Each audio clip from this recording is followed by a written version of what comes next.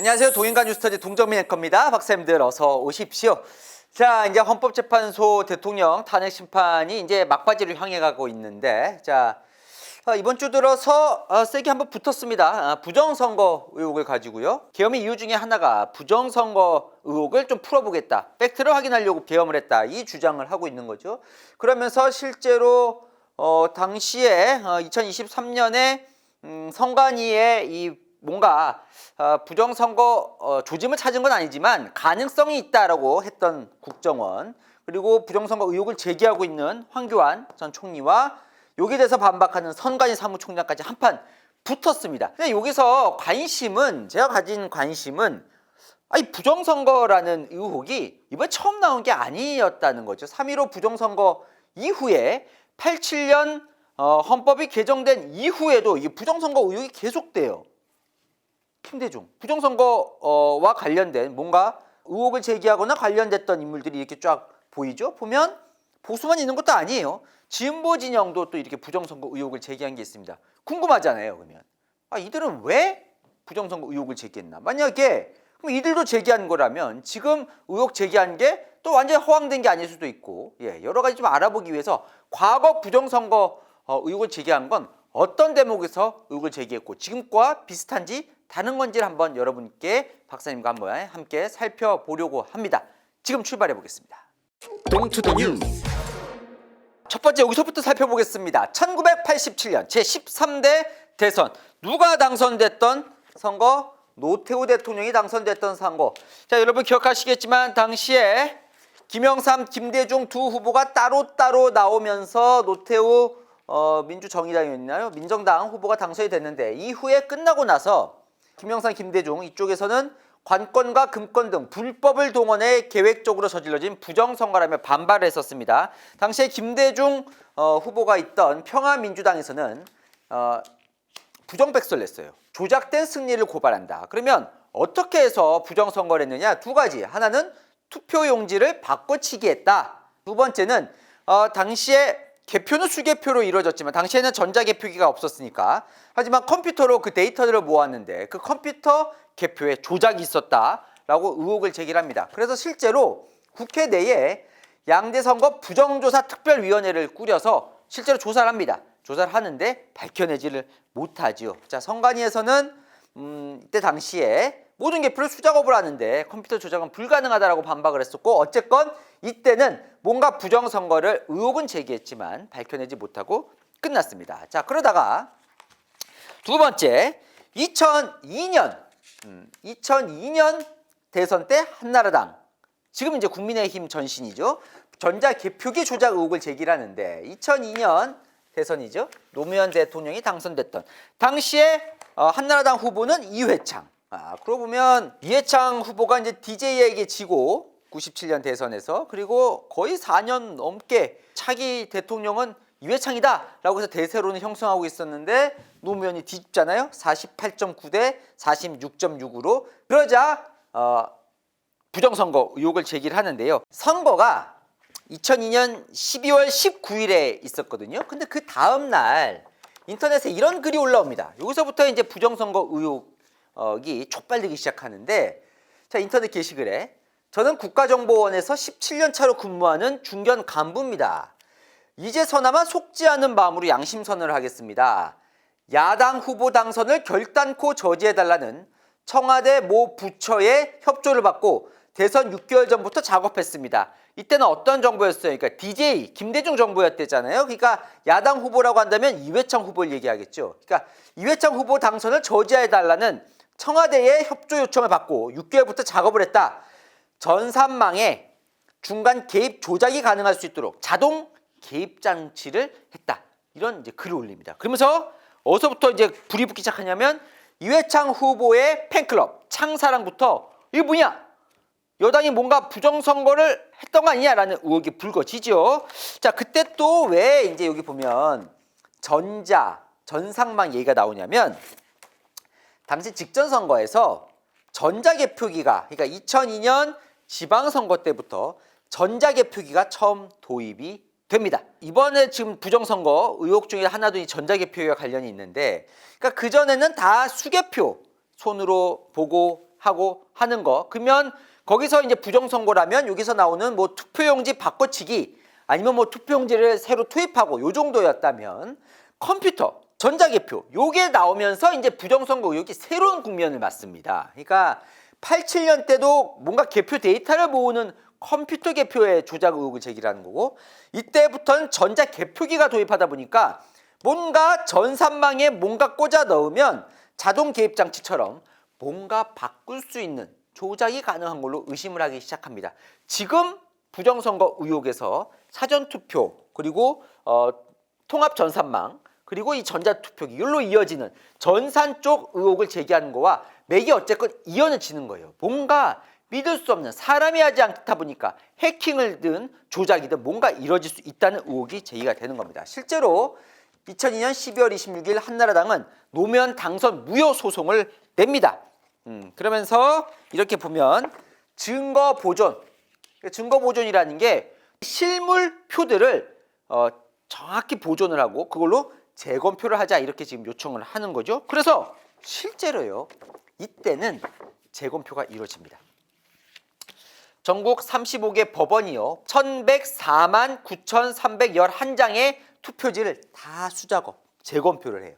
다 한번 다시 뚜껑을 열어보는 겁니다. 그랬더니 어떻게 나왔느냐. 재검표를 해봤더니 이회창 후보가 88표가 더 나오고 노무현 후보가 816표가 적게 나와요. 무효와 판정 투표까지. 그렇게 해서 전국에서 최종 집계 오류가 난 게 1637표. 후보자 당락에는 영향을 미치지 못합니다. 왜냐하면 이때 보면 한 2.3%포인트 차이로 차이 나는데 이게 전국이다 보니까 이 1637표는 아주 미미한 숫자인 거죠. 그래서 결국 2003년 1월 28일 한나라당은 대국민 사과를 합니다. 재검표 결과를 겸허히 수용하고 새로운 신정부 출범에 협조하겠습니다. 국민께 죄송합니다라고 사과를 한 다음에 이 소송을 취하를 하죠. 어쨌건 이때는 2002년 이때는 재검표를 하면서 눈으로 사람들이 본 거예요. 아, 의혹을 제기했지만 재검표를 해보니까 부정선거는 아니었구나라고 해서 논란이 잠재워진 거죠. 이게 10년 뒤 다시 불거집니다. 어느 쪽에서요? 이번엔 진보 진영에서 문제를 제기합니다. 자, 18대 대선에 대해서 시민 6천 명이 무효 소송을 하는데요. 18대 대선이 언제 대선이냐면 2012년 박근혜 대통령이 당선됐던 그 대선입니다. 당시 상대 후보는 문재인 후보, 박근혜 후보 51.6%, 문재인 후보 48%로 박근혜 대통령이 탄생을 하죠. 그러자 보름 뒤에 이 시민 6천 명이 무효 소송을 냅니다. 그럼 왜 내느냐? 역시 전자개표기예요. 전자개표기를 이용한 불법 선거관리, 부정선거가 있었다며 그 전자개표기를 해킹해서 조작할 수 있다라고 하면서 무효 소송을 냅니다. 근데 결과적으로 이 소송이 끝나기 전에 박근혜 대통령이 탄핵으로 파면되면서 이 소송은 이제 무효가 되는데요. 의혹이 계속 이어집니다. 이 의혹이 계속 이어진다기보다 의혹 제기를 계속합니다. 자, 그 대표적인 인물이 바로 이재명 민주당 대표죠. 2014년 그러니까 2012년 대선이 있었으니까 2년 뒤에요. 박근혜 대통령 시절에 2년 전 오늘 대한민국 헌법 질서를 파기한 대규모 부정선거가 있었습니다. 국방부, 국정원, 보훈처, 경찰 등 국가기관이 총동원되어 부정선거를 저질렀지만 처벌도 책임도 진상규모도 제대로 없었습니다. 나라의 운명을 결정하는 대통령 선거에서 국가기관들의 조직적인 개입과 부정이 흐지부지 되고 있습니다. 3.15 부정선거에 버금가는 부정선거 2주기인 오늘 말이라도 역사적 진리를 기억하고 실천하는 날이기를. 이 부정선거라는 거예요. 국방부, 국정원, 보훈처, 경찰 등 국가기관이 총동원돼서 부정선거를 저질렀다는 의혹을 제기를 합니다. 끝이 아니에요. 이게요. 거의 2년 좀 넘게 뒤인 2017년 1월 7일 이재명 성남시장은 다시 한번 SNS를 올립니다. 지난 대선은 3.15 부정선거를 능가하는 부정선거였습니다. 국가기관의 대대적인 선거 개입에 개표 부정까지. 그래서 수개표로 개표 부정을 원천 차단해야 합니다. 개표 부정을 밝히고 수개표를 위해 투쟁하는 많은 분들을 응원합니다. 라고 이재명 성남시장이 얘기를 합니다. 그래서 지금 여당에서는 부정선거 음모론이라면 원조는 이재명 대표다라고 이제 공격을 하는 것도 여기서 이제 나오기 시작하는 거예요. 그런데 그게 당시에 이제 이재명 시장 혼자서 이런 걸 주장했던 게 아니라 그걸 주장하는 세력이 있었죠. 여기 보면 의원, 뭐 횃불 시민연대 얘기도 하는데 그 대표적인 세력 중에 한 명이 바로 김어준 씨인데 2017년 4월 10일 그 2012년 요때 당시에 부정선거가 있었다면서 더 플랜이라는 다큐멘터리 같은 영화를 공개를 합니다. 그러면 대체 김어준 씨는 어떤 의혹을 제기했던 걸까요? 부정선거와 관련해서 요걸 하나씩 살펴보도록 하겠습니다. 첫 번째는 이상하다는 거예요. 뭐가 이상하냐? 시간이 역전됐다. 이게 무슨 말이냐면 한번 보십시오. 대표적인 게 이런 사례인데 이런 사례가 2,500개 정도나 발생한다는 거예요. 무슨 얘기냐면 그러니까 2012년 12월 19일 대선 당일 때 얘기입니다. 개표소에서 투표지 분류가 시작된 게 7시 46분. 그리고 분류지 종료가 된 게 21시 09분. 여기 보면 이제 근거가 나옵니다. 여기 보면 투표지 분류 종료 시각 21시 09분.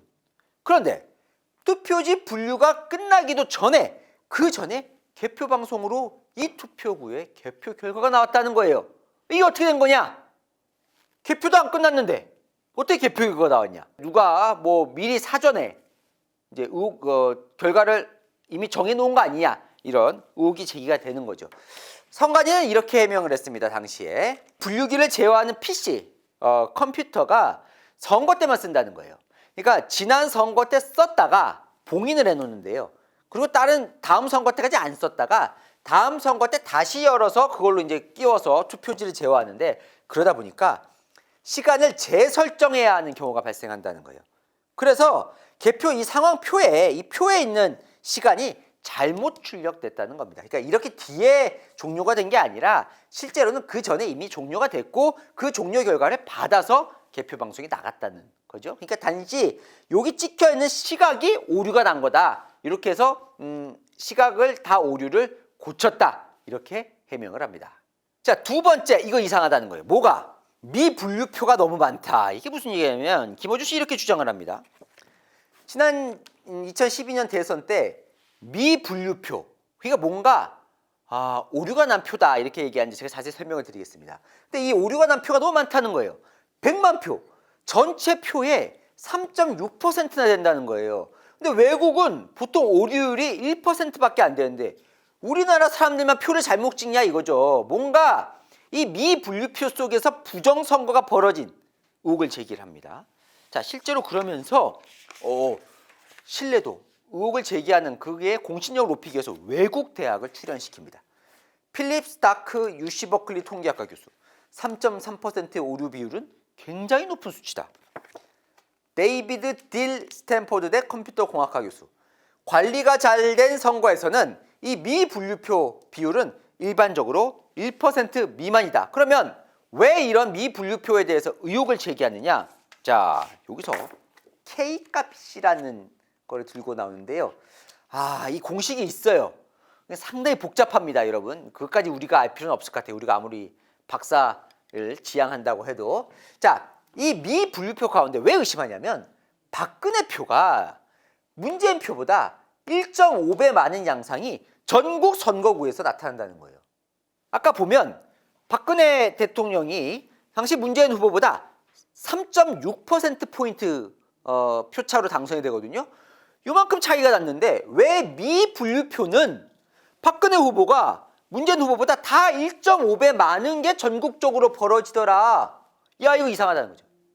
누군가가 개표 분류기, 전자개표 요거를 인위적으로 조작하지 않고는 일어날 수가 없다. 미분류표가 많은 것도 의심스러운데 그 많은 걸 봤더니 왜 박근혜 후보가 이렇게 많냐는 거예요. 이거 의심스럽다는 거죠.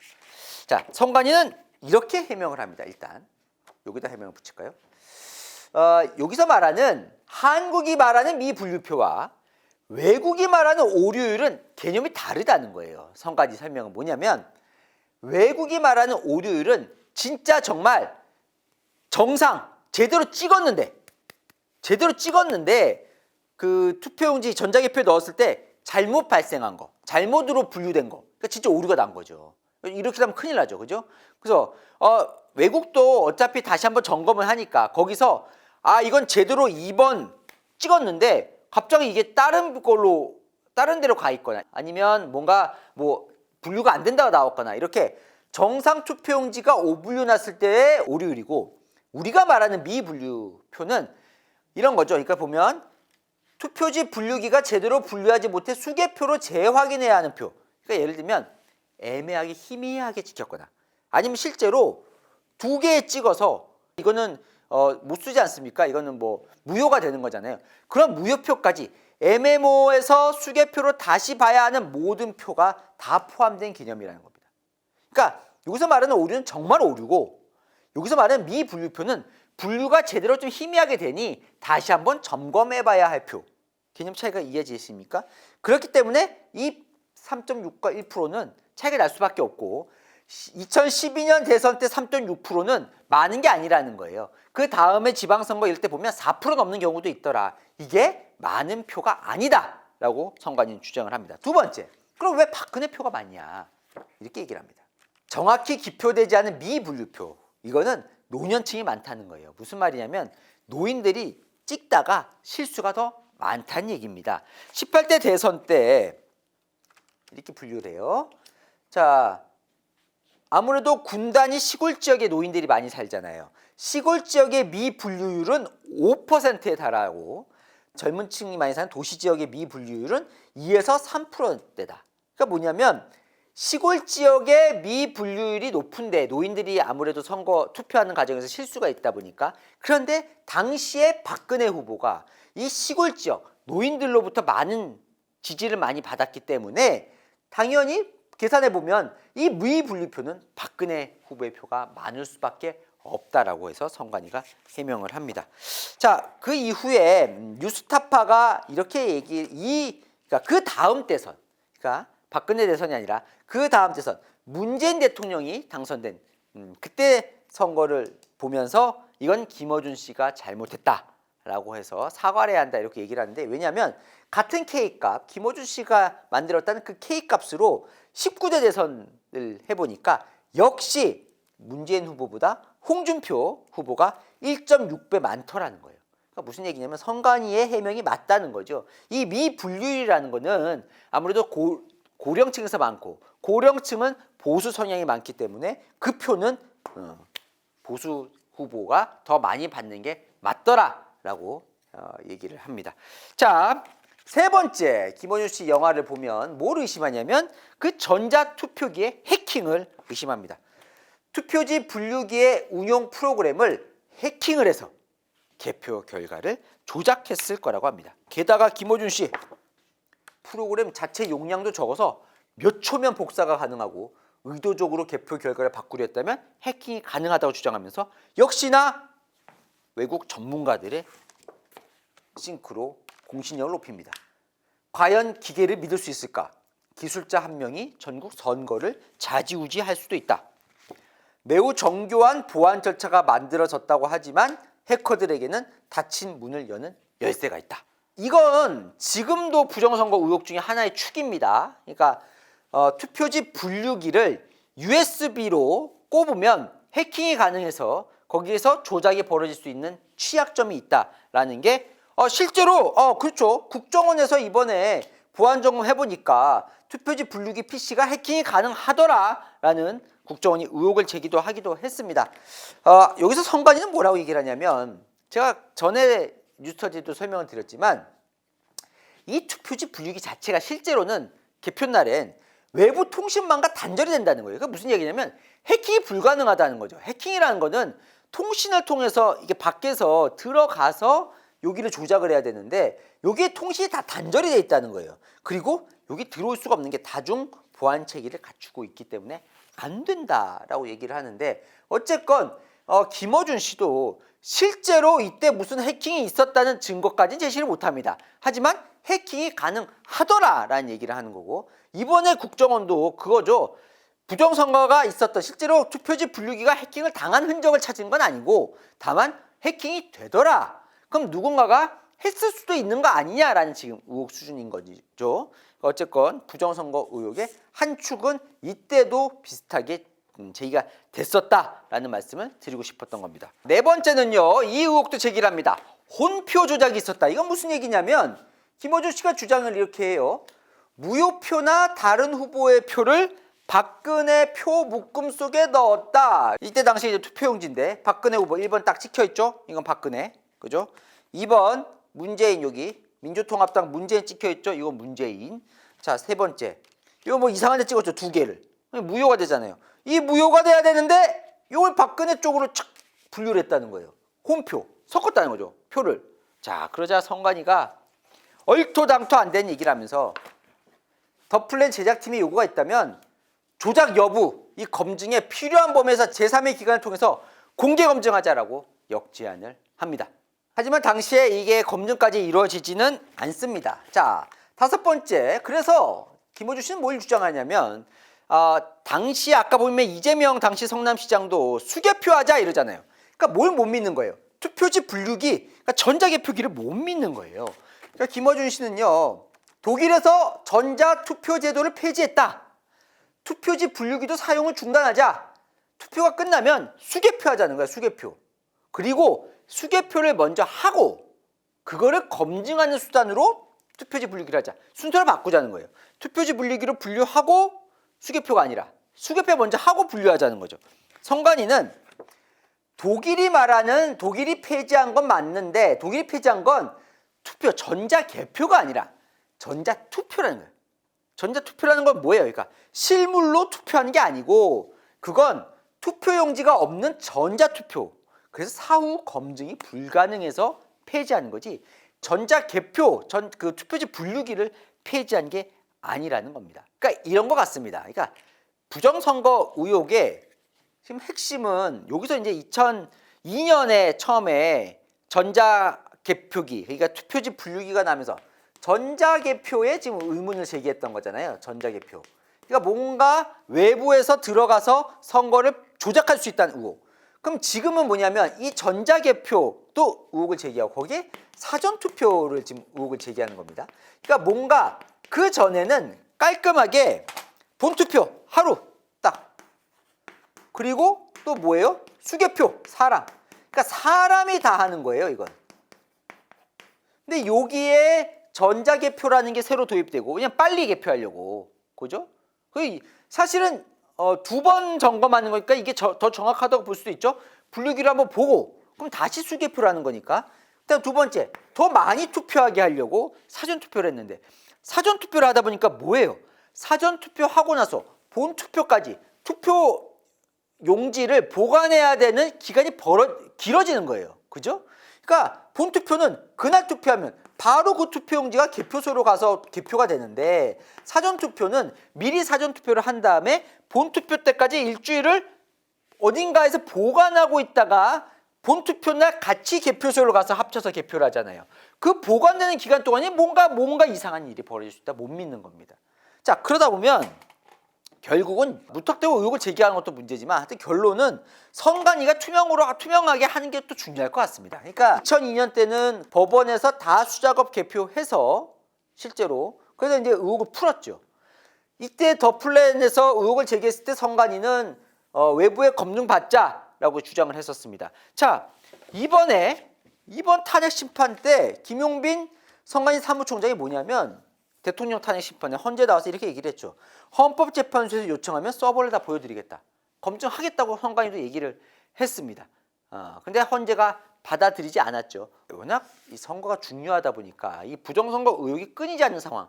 그때마다 그러면 어떻게 선관위는 투명하게 이 부정선거 의혹을 잠재울 것이냐. 떳떳하다면 거기서 투명하게 뭔가 해결하는 이 방안을 찾는 건 선관위의 또 하나의 숙제가 아닐까 하는 생각을 해보게 됩니다. 자, 퀴즈 나갑니다. 2002년 한나라당이 이회창 후보가 졌을 때 노무현 후보가 당선됐을 때 그때 한나라당이 제기한 선거 무효 소송에서 사용된 부정선거의 검증 수단은 1번 투표지 재검토, 2번 선관위 해킹 실험, 3번 투표인 명부 확인, 4번 재선거. 자, 정답 아시는 분 댓글로 달아주시면 제가 5분 추첨해서 선물 드리겠습니다. 자, 여러분 또 뭐 보시다가 이런 의견 있다 댓글 달아주시고 궁금하다 댓글 달아주시면 제가 다 보고 피드백도 드리도록 하겠습니다. 아시죠? 평일 오후 7시 뉴스의 주말 오후 3시엔 동행가 뉴스터디 오늘 순서 여기까지입니다. 감사합니다.